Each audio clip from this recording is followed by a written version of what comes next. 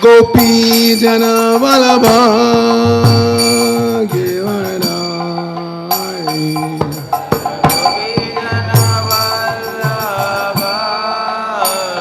Givaranai. Gopi Janavallabha Givaranai.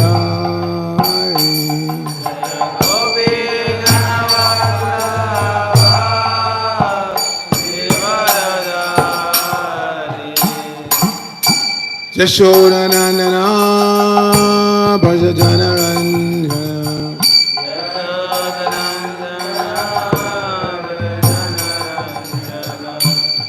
Jashodanandana Bhaja Janaranjana.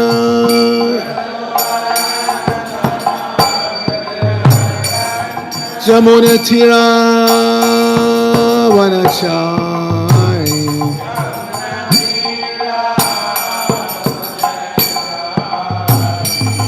Jamuna Tira Vanachai.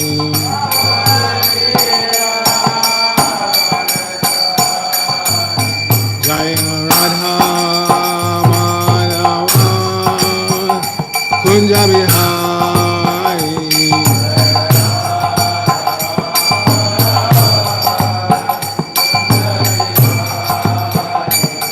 Jaya Radha Madhava Kunja Bihai.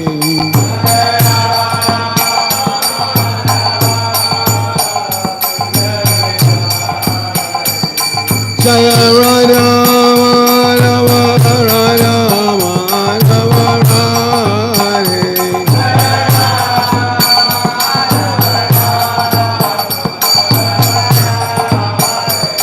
Jaya Jagannatha Jagannatha Jaya Baladeva Jaya Subhadra.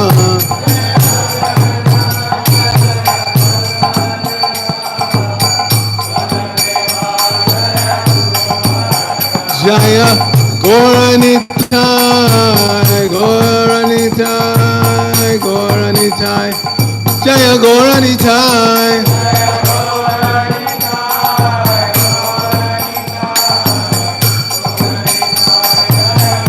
Jaya Jaya Prabhupada, Prabhupada, Prabhupada, Jaya Prabhupada.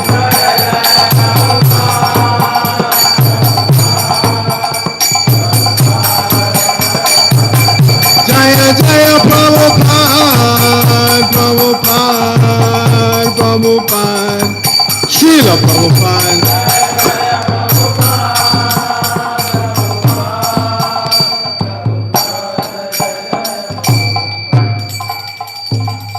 Gaur Premanandi, Hari Hari Bo, Jayom Vishnupad, Paramahansa Paraprazak Acharya Asatar Sakashri Shimad.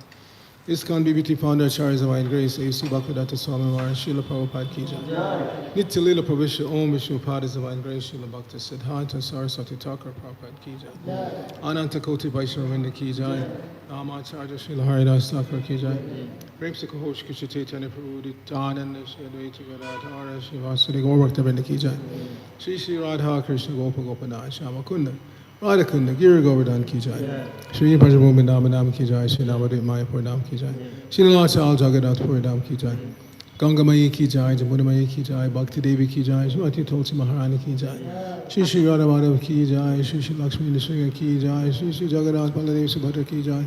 Shri Shri Gaurnitai Ki Jai. Samaveta Bhaktivinoda Ki Jai. Going back to home, back to Godhead Ki Jai. ISKCON Bangalore Yatra Ki Jai. Brihad Madanga Transcendental Book Distribution Ki Jai. International Food for Life Transcendental Prasadam Distribution Ki Jai.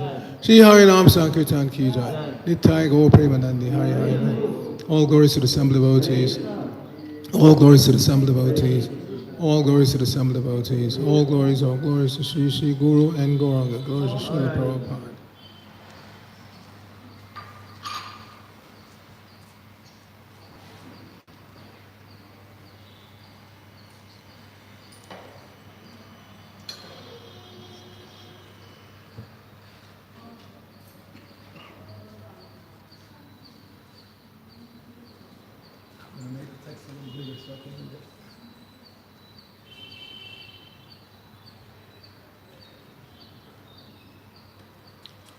Narayanam Namaskritya Narayanam Namaskritya Naram Chaiva Narottamam Naram Chaiva Narottamam Deving Sarasatim Vyasam Devim Saraswati Vyasam Ato Jayamudiraya. Tato Jayamudidayam. Before reciting this Srimad Bhagavatam, which is our very means of conquest, let us offer respectful obeisances unto the personality of Godhead, Lord Narayan, unto Narayan Rishi, the supremmost human being, unto Mother Saraswati, the goddess of learning, unto Srila Vyasadeva, the author, and unto Srila Prabhupada, who is the translator, commentator, and our spiritual master.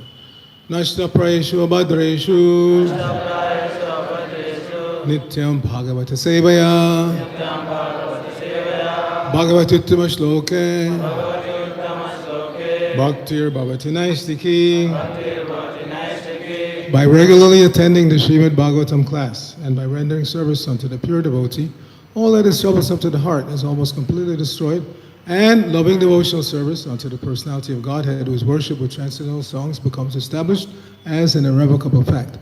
Om Namo Bhagavate Vasudevaya. Om Namo Bhagavate Vasudevaya.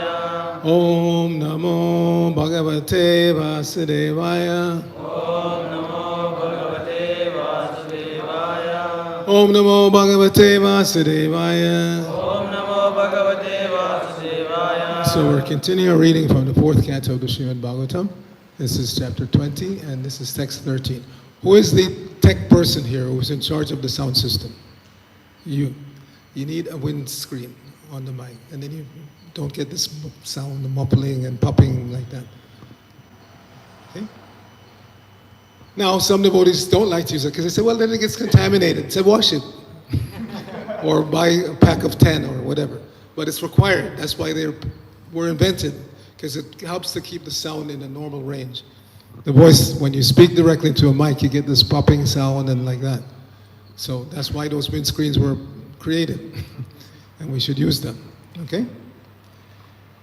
Okay. Samak samatamo. Now let's see. All right. Samak samano tamamadhyamadhama. Sukhe cha dukhe cha ditendriyashaya. Mayopakripta kilaloka sangyuto. Vidhat sabhira kilaloka rakshanam.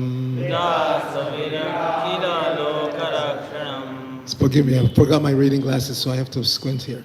Samak samano tamamadhyamadhamaha. Sukhe cha dukhe cha chitendriyashaya. Mayopaklipta kilaloka sangyuto. Virasvavira kilaloka rakshanam. Samak samano tamamadhyamadhava. Sukhe cha dukhe cha chitendriyashaya. Mayopaklipta kilaloka sangyuto. Vidatsavira kilaloka rakshanam. Please chant.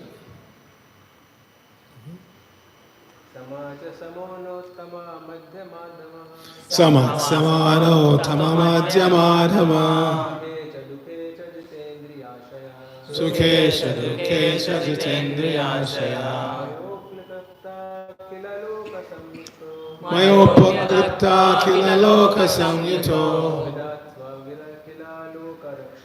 Vidatsavira kilaloka rakshanam.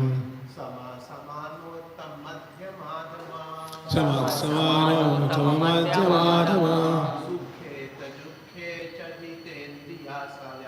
Sukhe cha dukhe cha jitendriyasaya.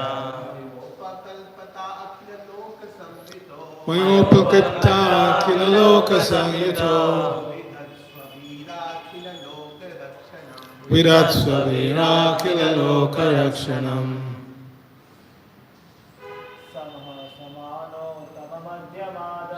Samak samano tamamadhyamadhava.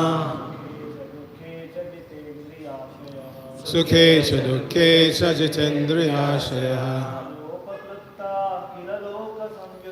Mayopaklipta kila loka sangyuto.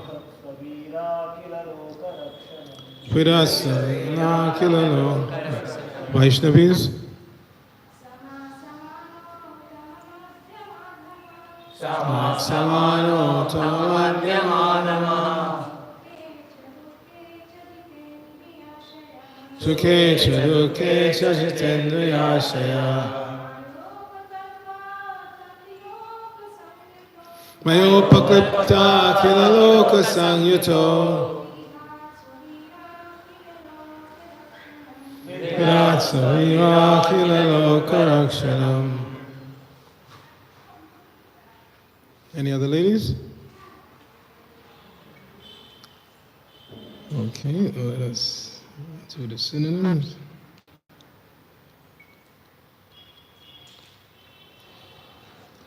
Samaha, equipoised. Samana, all equal. Uttama, one who is greater. Madhyama, one who is in an intermediate position. Adhamaha, one who is in a lower standard of life. Sukhe, in happiness. Cha, and dukhe, in distress. Cha, also. Jita Indriya, having controlled the senses. Ashaya, and mind. Maya, by me. Upaklipta, arranged. Akila, all. Loka, by people. Sangyutaha, being accompanied. Viditsva, give. Vira, O hero.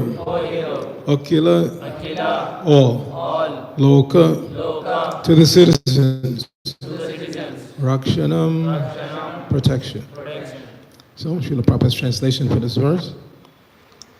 My dear heroic king, please keep yourself always equipoised and treat people equally, whether they are greater than you, in the intermediate stage, or lower than you. Do not be disturbed by temporary distress or happiness. Fully control your mind and senses. In this transcendental position, try to execute your duty as king, in whatever condition of life you may be posted by my arrangement. For your only duty here is to give protection to the citizens of your kingdom. Srila Prabhupada's purport. Here is an example of receiving direct instruction from the Supreme Personality of Godhead, Lord Vishnu. One has to execute the order of Lord Vishnu, whether receiving it directly from him or from his bona fide representative, the spiritual master. Arjuna fought the battle of Kurukshetra under the direct order of the Supreme Personality of Godhead, Krishna. Similarly, here Prithu Maharaj is also being given orders by Lord Vishnu regarding the execution of his duty. We have to stick to the principles stated in the Bhagavad Gita. Vyabhayasatmaka buddhi. Every man's duty is to receive orders from Lord Krishna or from his bona fide representative and take these orders as his life and soul without personal considerations. Srila Vishwanath Chakravarti Thakur states that one should not care very much whether he is going to be liberated or not, but he should simply execute the direct order received from the spiritual master. If one sticks to the principle of abiding by the order of the spiritual master, he will always remain in a liberated position. A common man must execute the rules and regulations of Varnashrama Dharma by working in his prescribed duty according to the caste system, Brahmana, Kshatriya, Vaishya, and Shudra, and the spiritual order system, Brahmacharya, Grihastha, Vanaprastha, and Sannyasa. If one simply executes regularly and strictly the injunctions given for the different divisions of life, then one satisfies Lord Vishnu. As a king, Prithu Maharaj was ordered by Lord Vishnu to keep himself always aloof from the activities of the bodily situation and to engage always in the service of the Lord and thus keep himself in the liberated stage. The word bada sauridaha in the previous verse is explained herewith. One can fully remain, thank you, Hare Krishna. Aha, I can see. One can fully remain, let's see, where are we? Yes, one can fully remain in intimate connection with the Supreme Lord directly or receive orders from his bona fide representative, the spiritual master, and execute the orders sincerely when one keeps aloof from the activities of the body. The Lord helps us by giving us directions how to act in devotional service and thus advance on the path back home, back to Godhead. He instructs us outwardly in the form of the spiritual master. Therefore, one should not accept the spiritual master as an ordinary human being. The Lord says, Acharyam mang bijaniyam navamanye takarichit. One should not treat the spiritual master as an ordinary human being, for he is a substitute for the Supreme Personality of Godhead. This is from the Srimad Bhagavatam, 11th Canto, chapter 17, text 27. One should treat the spiritual master as the Supreme Personality of Godhead and never be envious of him or consider him to be an ordinary human being. If we follow the instruction of the spiritual master and execute devotional service to the Lord, we will remain always free from the contamination of bodily and material activities, and our life will be successful. Srila Prabhupada Ki Jai.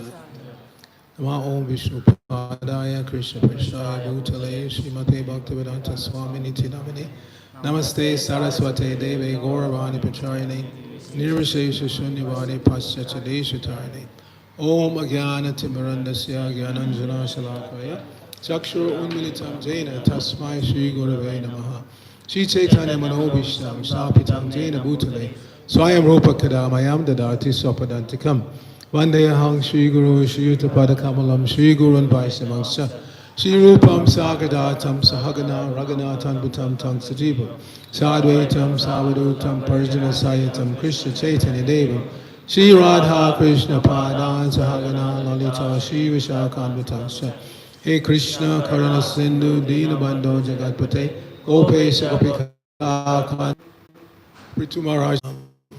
Important to add, because even if you lose an arm in an attack, especially nowadays with modern prosthetics, you can continue to function pretty nicely in life. But you lose your head, you're dead. It's all over. There's no carrying on after that. So the head is, relatively speaking, the most important part of the body. So the Brahmana, properly trained Brahmana, has to be there in society, because the Brahmana is meant to lead everybody else. We know from Shastra that there are 6 occupations of the Brahmana. Patan, Patan, Yajan, Yajan, Dhana, Pratigraha. So the Brahmana is supposed to learn the scripture. How does a Brahmana learn the scripture? From another Brahmana or Vaishnava. Nothing is by Google Guru. No, you have to have personal instruction. Formerly, in previous ages, especially in the Satya Yuga, everybody was Shrutidhara. That means they heard once and they remembered for life. There was no necessity of books, of writing anything down. You would go to the Gurukula, and from age 5 on, you were trained, and everything you heard, you would remember. Jai, Shishi Jagannath Baladev Subhaji Ki Jai, Shishi Madhavada Ki Jai, Shishi Gaurnitai Ki Jai. So, it's not that there was no education. There was education, but it was by hearing. Therefore, the Vedic process is known as Shruti. You hear and you repeat. So those who are on the brain division, the Brahmanas, they should hear from a learned person, Brahmana Vaishnava, and then they should teach others. Patan Patan. Then Yajan Yajan. They should learn how to perform sacrifice, and they should teach others.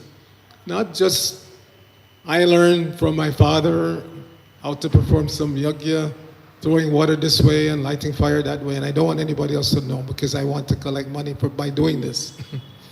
So the Brahmana, the real Brahmana in Vedic culture was not like that.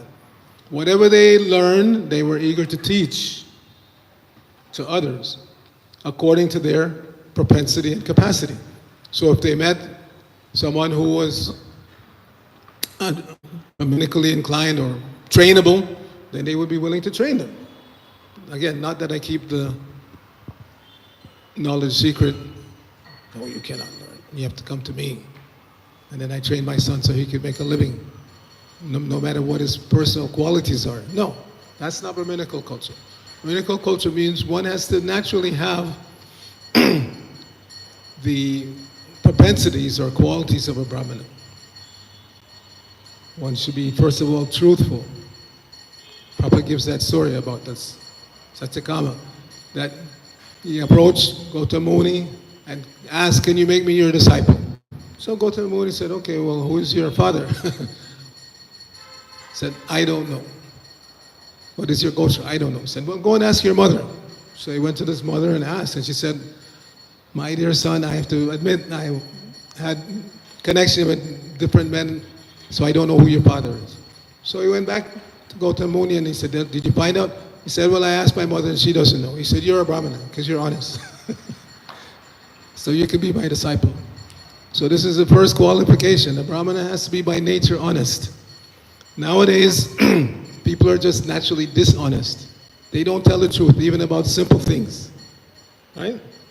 If you ask, as I was saying in the lecture the other night with the congregation members, if you ask your cousin, brother, or some friend, what is your salary? They'll tell you 5 times what they're making. Everybody just naturally lies nowadays. Nobody likes to tell the truth, which is really foolish. Because nowadays, everything is under surveillance, everything is recorded. So with just a little investigation, you can find out the truth about somebody, right? If somebody says they're born somewhere that they've never been born, with a few clicks, somebody can find out exactly where they're from. So, above and beyond that, modern technology is spiritual technology, beginning with the Supreme Lord Himself.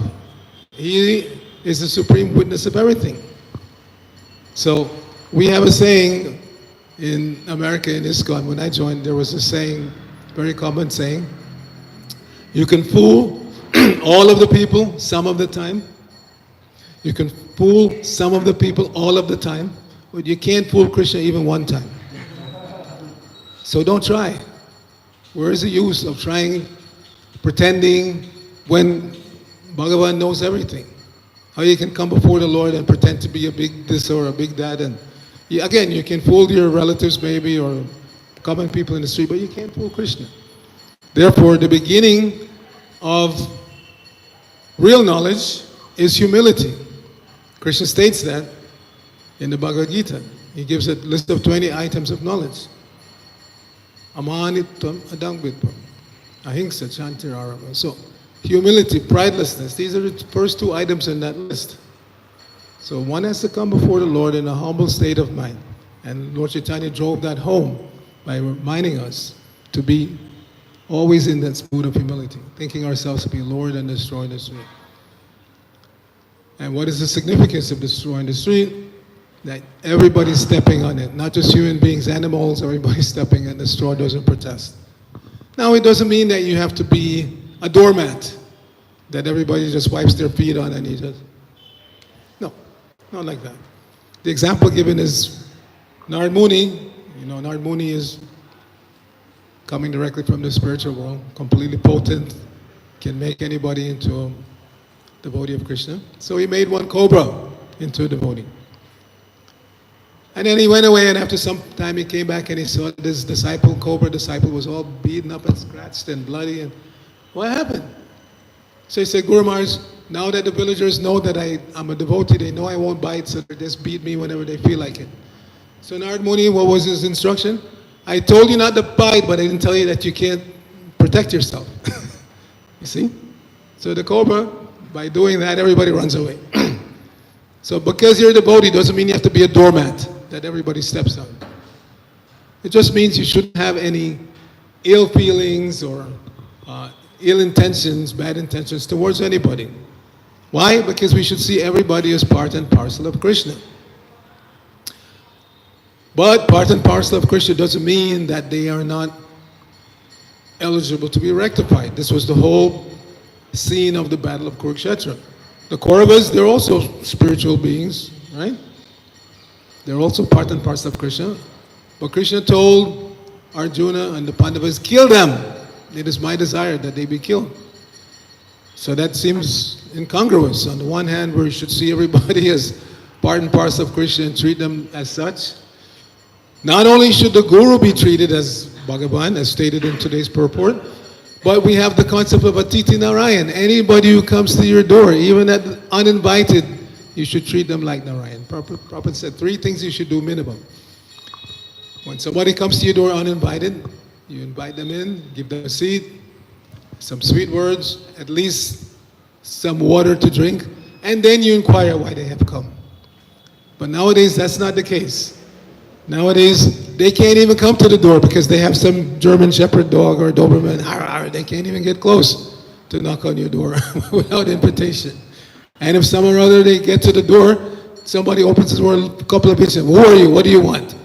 So this is not Vedic culture. Vedic culture means Atiti Narayan. So if you can treat even a stranger, uninvited stranger, as Narayan, what to speak of your Guru Maharaj? There's no question. The Guru has to be seen as being Bhagavan himself. We're singing in the morning, every day, right? That the spiritual master is seen as, why? Because he's the dearest servant of Krishna. And therefore, one should at least 3 times a day offer respectful obeisances to the spiritual master. And it's for our benefit.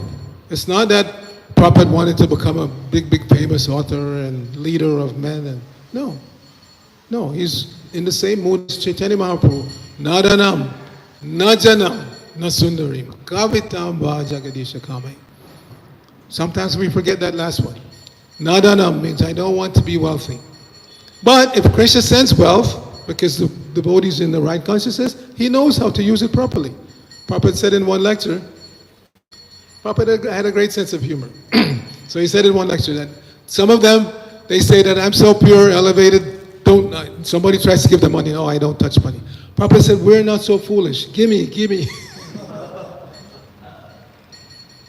Why? Because he knows what to do with money. Making big temples to attract people. Again, a lot of foolish people don't understand. Why are you spending so much money to build big temple in Vrindavan and Mumbai and Mayapur? Why not feed the poor? Prabhupada said, we don't only feed the poor, we feed the rich also. We give everybody prasadam. Because if in the name of feeding the poor, like there was one famous Catholic nun, you know who I'm talking about, famous, but she was giving them meat to eat. So you're not helping them. Maybe immediately the belly feels full, but you're sending them to hell. So we want to give everybody prasadam, the rich, the poor, in between, doesn't matter what your status is in life.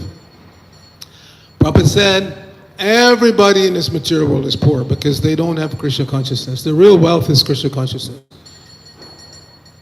So the rich people have to be trained how to properly use money.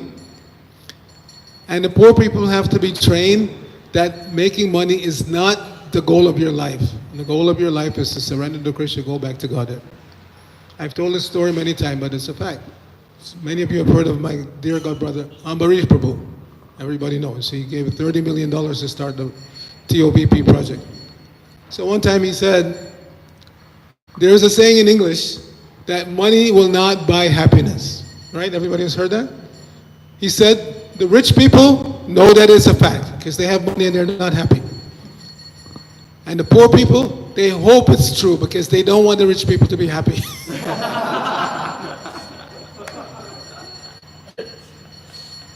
In other words, envious. See, envy is the real enemy of the living entity. As long as we remain envious of others, we won't make much spiritual progress. One has to be anasuya. Krishna says in the 7th chapter, I'm giving you this knowledge because you're not envious, he told Arjuna. So we have to be non-envious. Why envious? If we just understand the basics of spiritual life, we understand that whatever position I'm in this lifetime is not an accident. It's exactly what I deserve from my previous life activities. This verse I recited in our talk the other evening is from the 10th chapter, 10th canto. Very, very important verse. It says, Eka persuyate jantur, eka esha praliyate. Ekona bhungte sukritam, eka esha shaduskritam. That verse says, every one of us is born alone, dies alone, and alone we have to enjoy or suffer the reactions to our good and evil deeds. So whatever situation we're in is exactly what we deserve. I was raised in a Christian family, and whenever our parents would get in our cases, we would baffle them by saying, I didn't ask to be born, did I? In other words, you brought me into this world, so whatever I'm doing, leave me alone. And they would scratch their heads because they are not trained in Vedic culture. So yeah, you're right. You were just an accident or whatever. No, there are no accidents. The parents that you get, the socioeconomic situation that you're born into is not an accident. It's exactly what you deserve. Now, everybody's situation is different. Somebody's born Ambani, somebody's born they can't even get 3 meals a day, 2 meals a day, even 1 meal a day. But what you make of your situation, that's what's important. Whether you're born rich, poor, healthy, not healthy, whatever starting point you have, the opportunity is there to come to the perfectional stage by accepting a spiritual master. So I said I was going to speak on the topic of Guru. Ado Guru Vashrayam. This is coming from Rupa Goswami. The very beginning of spiritual life is to accept the shelter of a bona fide spiritual master. As Prabhupada mentioned here today, that one has to take the order of the spiritual master as one's life and soul, and not be so concerned about the repercussions. Sometimes people calculate like that. I like these Hare Krishna people, but if I join and I follow too strictly these principles, my family, my friends will reject me, and then no such consideration. First of all, you have to save yourself. And it's not your popularity amongst your friends and relatives that's going to save you. It's by taking complete shelter at the lotus feet of a spiritual master and following the instructions. And the instructions that the spiritual master gives is not for his aggrandizement. It's not, again, that Prabhupada wanted to have, 50 million disciples and followers. And no. As I mentioned previously, it's documented that Prabhupada made just a little less than 5,000 disciples, 4,900 and something. So in the pantheon of gurus and disciples, that's like a drop. There's so many gurus who have thousands and thousands, tens of thousands of disciples. Who can think of one such guru from Mahabharata? Guru who had 60,000 disciples. Durvasa Muni, yeah. But when he crossed a pure devotee of the Lord, Ambarish Maharaj, he had to run for his life. His 60,000 disciples couldn't save him. When he insulted, not just insulted, he tried to kill Ambarish Maharaj. He knocked that one, threw it down. Big fire demon was created. He was so potent, yogi. Ambarish Maharaj did not flinch. He just said, accept my obeisance. So one may threaten a devotee of the Lord, and the devotee may not retaliate, just like Parikshit Maharaj could have counteracted the curse given by Shringi, the Brahmin boy, but he accepted. So similarly, Ambarish Maharaj, he did not try to protect himself, but Krishna said, no, you cannot attack my devotee. So he sent Sudarshan Chakra. And this big yogi, 60,000 disciples, could not save himself. He had to run all over the universe trying to find shelter. Ultimately, he had to come back and fall at the lotus feet of Ambarish Maharaj. So, Nadanam, we're not after wealth, but wealth comes, we know how to use it. We should be properly trained how to use money in Krishna service. Money is required. Land, buildings, management, and on a day-to-day basis, I'm sure even a small temple like this is spending lakhs of rupees. So money is required. And Krishna is willing to send that money if we use it properly. So Nadanam, Najanam, the devotee doesn't want thousands and thousands of followers. Prabhupada said, I don't want millions of stars. Give me one moon. Because one pure devotee can deliver the whole planet. Nadanam, Najanam, Nasundarim. Don't want beautiful wife, but doesn't mean that I should look for the ugliest girl to get married to. No, not necessarily. Because if one is properly trained in the brahmacharya principles, then one will maintain those principles in the grihastha ashram. Good brahmacharis make good grihasthas. In the early days, because Prabhupada was just starting movement, so you had to take whatever you could get. So a lot of fallen fellows like myself, most of us joined around the same age, 21, between 21 and 22, already completely spoiled. So it was not easy to follow strictly brahmacharya principles. So many of the brahmacharis fell down. The temple managers, foolishly, in retrospect now we see, he can't remain as a steady brahmachari, get him married. That's crazy. If he can't follow brahmacharya principles, then you get him married, what do you think is going to happen? He's all of a sudden, he's going to become a pure... No. So many of them, they got married, and because the eye was still roving here and there, they also fell down in grihastha ashram. So good brahmacharis make good grihasthas. Brahmachari has to be trained first and foremost. What is that training? According to Chanaka Pandit, if one becomes a pandit when matarat paradhareshu, parajabreshu, lostrabat, anmavat sarvabhuteshu, yang pashanti sa pandita. One who can see like this. So the first thing is matarat paradhareshu, to see every woman except your wife as mother. And for a brahmachari, that means every woman is mother. And this is, training has to begin early in life. Komaram Archita Pragyo Dharman Bhagavatam Iha.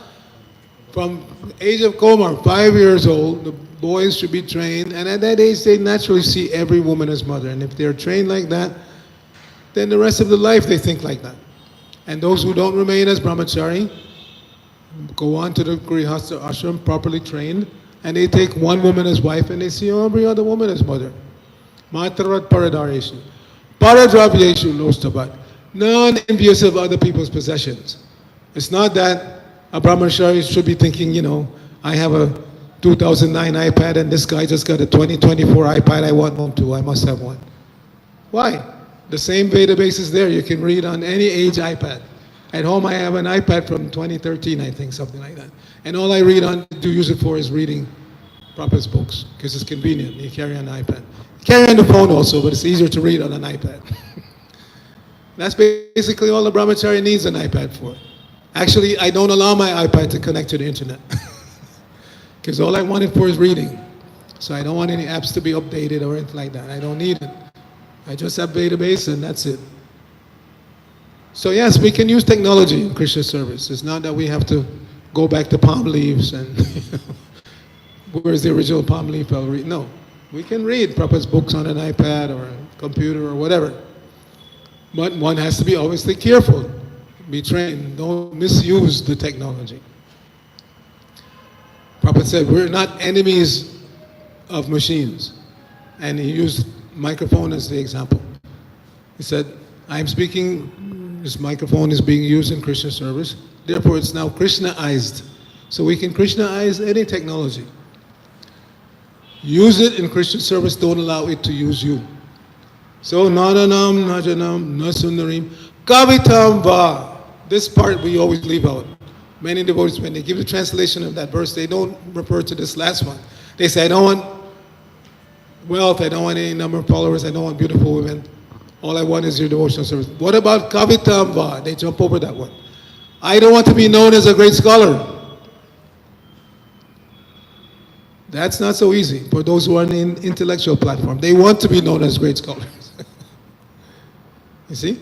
They create a YouTube channel so they can show the entire world how scholarly they are.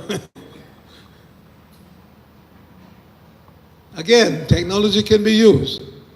YouTube can be used. I have a YouTube channel. I call it Krishna Stock.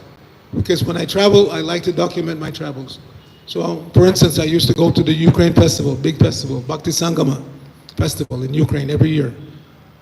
When it was, before 2014, it was held in Crimea. And they were getting like 8,000 devotees coming. Then the Russians took Crimea, so they moved it to the Odessa region. No, first of all, to the Transcarpathia region. That's when I started going, 2015.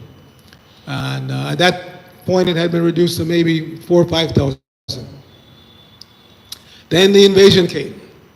And then It was now reduced to about 3,000, but still. So I would make videos of 2,000, 3,000, 4,000 devotees chanting Hare Krishna together. You can take a look. Krishna spelled phonetically, Krishna, stuck, S-T-O-C-K, one word, Krishna stuck. Now, as I was telling the boys at the last meeting, some of my videos from that Bhakti Sangama festival have gotten more than 1 million views from my channel and from other ISKCON sites that I allow to post my videos. And on YouTube, you can look at the demographics. You can see which country and even which state, where the most views are coming from. So the most views of my videos from that festival are coming from India. Why is that? Because in those festivals, there are a lot of beautiful young white ladies dancing and chanting Hare Krishna. So a lot of Indian young men, not necessarily devotee men, but non-devotees, they discover my channel and they love to watch beautiful young white ladies dancing and chanting. That's all right. Beauty can be used in Krishna service. Beauty can be used in Krishna service. I remember, as a young devotee, I had a god sister, Sikandini was her name. Very beautiful American girl. So she would go out to distribute Prabhupada's books. And the men were buying the books, not because they were attracted necessarily to the cover, they were attracted to her. But she used her beauty intelligently to distribute Prabhupada's books. So we know Krishna has these 6 opulences given by Parashara Muni. Which of the brahmacharis know that verse, famous verse? You should know. The definition of Bhagavan. I give you the first word. Aishvaryasya. Aishvaryasya samagrasya biryasya yasya sakshi. Jnana bhairasya. Shanam bhaga itingana. So these are the 6 opulences, primary opulences of the Lord. And one of them is beauty. So every one of us has a little bit of these 6 opulences. And we have to use it in Krishna service. If you don't use it in Krishna service, it becomes a burden. It will drag you down. So if you have money, you don't use it in Krishna service, that money will drag you down. That money will drag you down. You know that Rajaputra, Chiranjeeva, you know that. Rajaputra means prince, son of the king. You live forever. Why? Because he's misusing his wealth and position simply for sense gratification. So we should avoid that. Beauty can be properly used. I give you another example. I used to travel a lot in former Yugoslavia. Former Yugoslavia means it was one country about the size of California. But after civil war, it broke into 6 countries. Slovenia, Croatia, Bosnia, Serbia, Montenegro, and Macedonia. So I was traveling in the Croatian part, and I met a very nice couple. And I asked them how they came to Krishna consciousness. I'm always interested to know how devotees come to Krishna consciousness. So the wife said she had already been initiated and she was distributing books in Dubrovnik, which is a famous tourist spot in Croatia.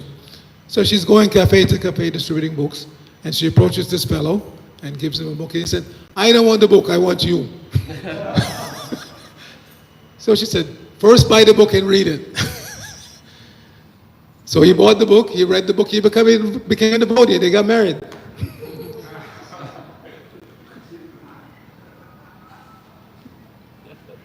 So that's proper use of your physical attractiveness. And that's not only for women, some men are also so handsome that women chase after them.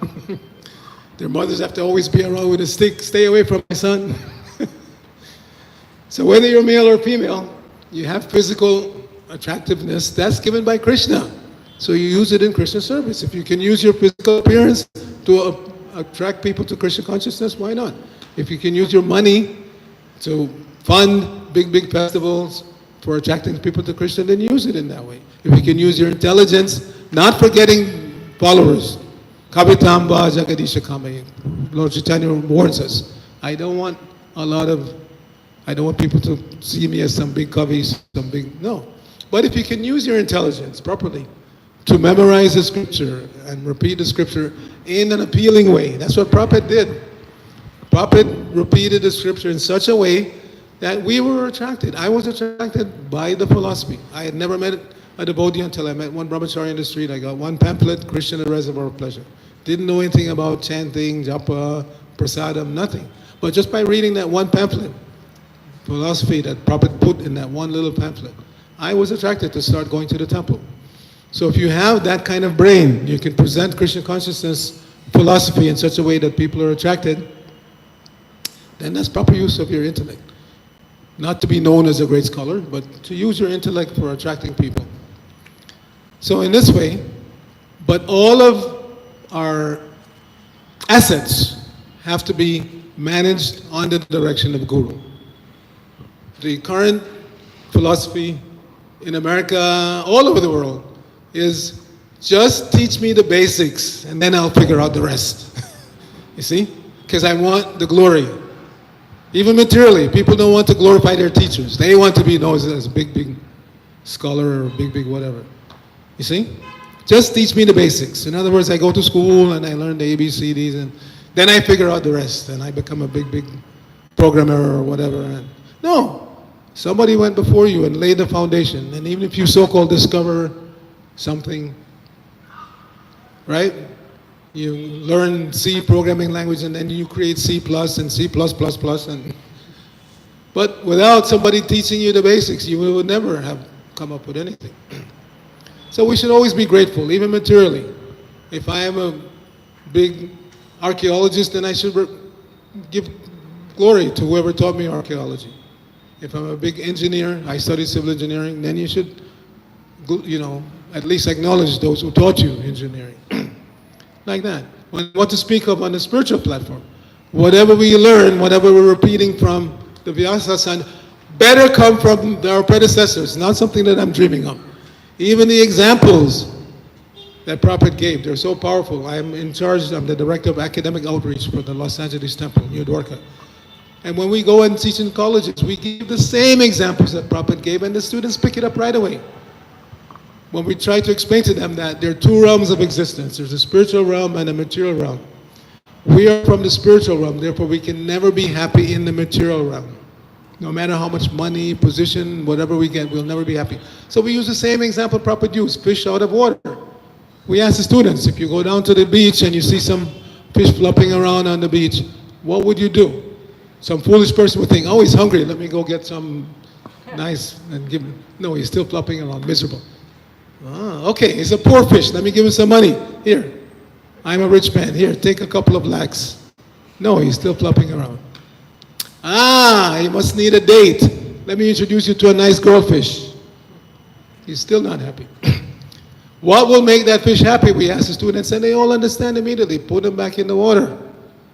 So the same examples that Prabhupada used, they're so powerful. We don't have to dream up some new example to give. Use the same analogies, the same examples that Prabhupada used, and you'll find they're extremely potent. The bird in the cage, to explain how people are not taking care of their spiritual necessities. It's such a potent example. You have a beautiful bird in a cage, but you keep polishing the cage and you don't feed the bird. The bird is going to die. Any 5-6-year-old child can understand that. Yes, what is the necessity? Feed the bird. So we have to feed the spirit soul. And the spirit soul is fed by what we're doing here, Krishna Katha, by hearing, chanting, remembering the 9 processes. Prahlad Maharaj says, Shravanam, Kirtanam, Vishnu, Smaranam, Padasevanam, Archanam, Madanam, Das, Sakyam, Atmanavedam. But do you know the next verse?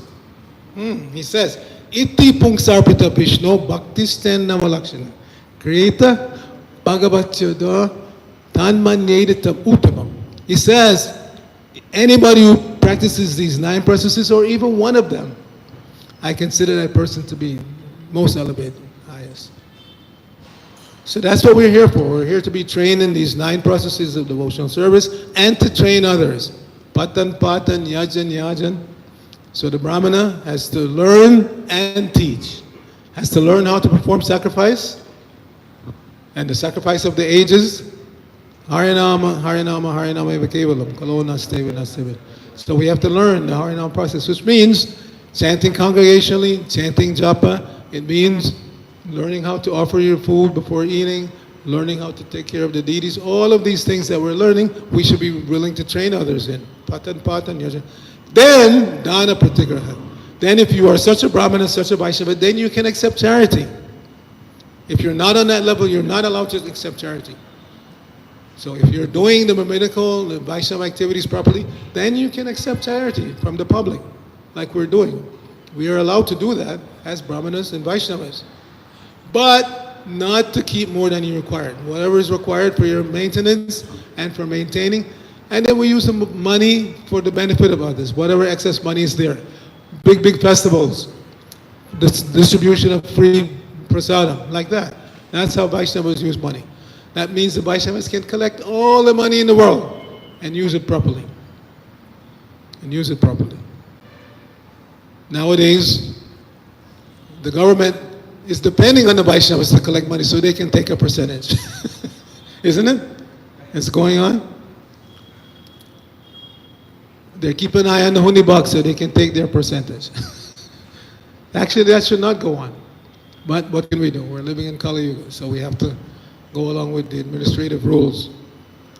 But actually, Brahmanas and Vaishnavas are above taxation because they're using the money properly for the benefit of the public, for the real benefit of the public. Again, not just to help them fill their bellies, but to give them passport back to the spiritual world. That's what we're here for. So, Srila Prabhupada pointed out very strongly today that you have to accept the spiritual master as representative of the Lord and follow the instructions. And every instruction that Srila Prabhupada gave is for our benefit, not for his aggrandizement. Very, very important to remember. And we should carry on that same tradition. Whatever instructions we're giving to others, we're not doing it for our aggrandizement. We're just passing on what we've learned for the benefit of the population at large. Srila Prabhupada ki jai. So we have time for a few questions maybe? What time is it? Yes? Anybody has any questions? Yes, Prabhu. By the way, thank you for your very nice class the other day. Hare Krishna. What is your name? Okay. And what is your question? Yeah, to speak up. 72-year-old ears that have been in too many ISKCON kirtans, so not hearing so good. No, I'm saying in translation, Lord Vishnu instructs Prithu Maharaj, be satisfied in whatever situation I keep you. So Prabhu, my question was, in our life, sometimes certain situation is created. And we are feeling that situation is very difficult to go through. It is disturbing my Krishna consciousness. So my mind sometimes gets confused whether I should change the situation or just suffer through that situation, accepting that Krishna wants me to suffer, maybe for my purification. So that where is that line? Should I make an endeavor to change the situation, or should I just go through the situation? Very good question. There are two extreme ways in which we can be tested. Everything is wonderful. I have more than enough money. The wife and family are cooperating nicely, and everything is nice. That's one test. What will you do when you're tested in that way?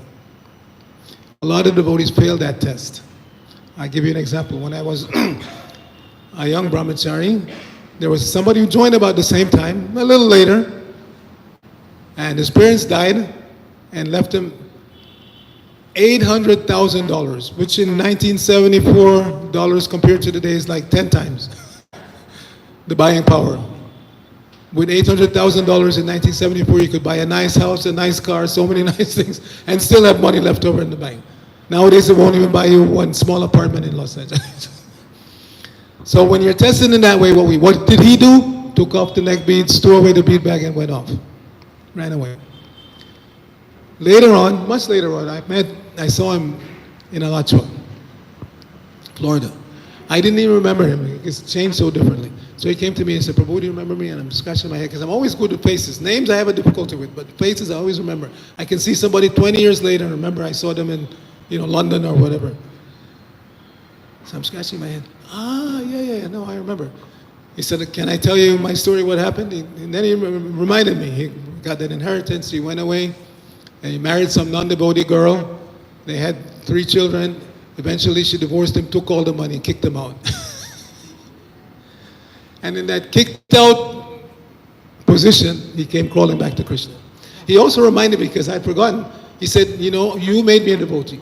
Apparently I'd gone to some home program somewhere and I preached to him. I didn't even remember. That's what made him a devotee.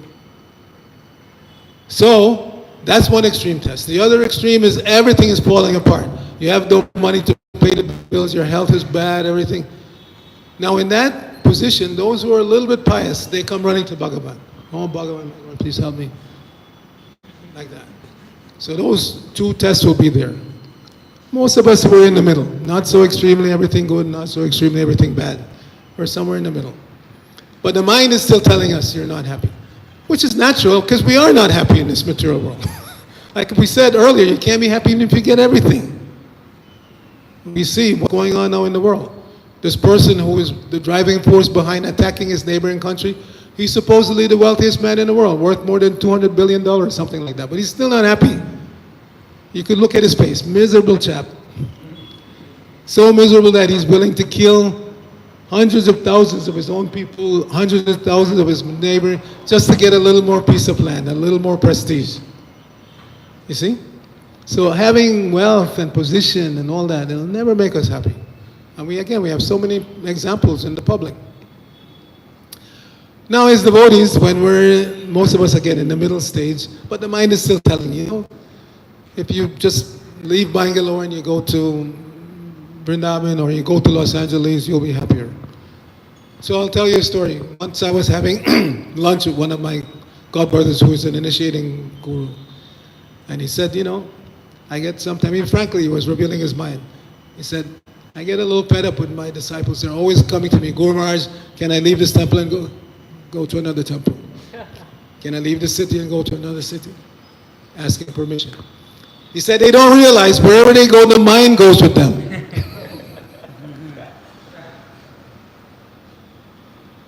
And that's the real problem. You don't have a controlled mind, and an uncontrolled mind will make you miserable no matter where you go. So therefore Krishna says, Citatmana prasantasya paramatma samanvita sitosha sukhaduke sutatamano pamanaya. For one who has controlled the mind, the super soul is already reached. And that person becomes prasanama, they become happy. And what is the test? Sitoshna sukadukeshu. Whether cold or hot or happiness, distress, they just continue with their seva. They're not disturbed. So that's what we're trying for. That's what we're trying to achieve. Because again, inevitably, if the mind is not controlled, even if you become temple president in some other city or this or that, if your mind is not controlled, you're still not going to be happy. And what do we normally do when we're unhappy? We take it out on others. Because we blame others. The other devotees are like this, or my wife is like that, or we always blame our position on other people. But as we chanted that verse from the 10th canto, Eka prasuyate jantur eka esha praliyate. You have created your own situation by your past activities. So learn how to create a better future by acting under the direction of Krishna's pure devotee. If we do that, then everything falls into place. And everybody's situation is different. If we look at the collection of Lord Chaitanya's followers and disciples, they were not all in the same position. There was Pratapuruja Maharaj, so powerful king, wealthy, he could do anything he wanted. And then we had Kolaba Sridhar, who was so poor, he was selling his banana leaf cups and bananas and barely making enough money to eat, but still he was giving 50% for worship of Mother Ganges. So it's the mentality that matters, that pleases the Lord. Not whether you're a king or a pauper, it doesn't matter. Devotees can serve the Lord from any position. Again, the Pandavas, they were not beggars. They were kings, but we don't remember them just because they were kings. We remember them because they were pure devotees of the Lord. And they served the Lord in any condition, when they were in exile or when they were in Indraprastha. It didn't matter, wherever they were, their mother, Kunti, and the 5 boys, they were all sold out to Krishna under any circumstance. So we have to develop that mentality, because we will be tested. And Krishna says, if you're such a foolish fellow that you want me, but at the same time you want material wealth, what does he do? Yasyaham anugranami harishye tadanam. Tasyaranam tajantyasya swajano dukha dukitam. Krishna says, if you're foolish, so foolish, you want me, you want to be a devotee, but at the same time you want material opulence, my first installation of mercy is that I take away whatever you have. And many of you probably have experienced that. You come to Krishna consciousness, and instead of becoming materially better off, you become materially worse off. Krishna takes everything away. Why is that? Tasya adanam, when you have no money, no position, no anything, all swajana, all your people, your relatives, your friends, they leave you. And in that fallen position, you come crawling to Bhagavan and you take shelter.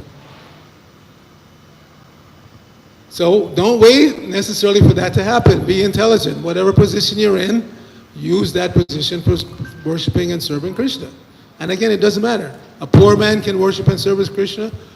A rich man can serve Krishna. It doesn't matter.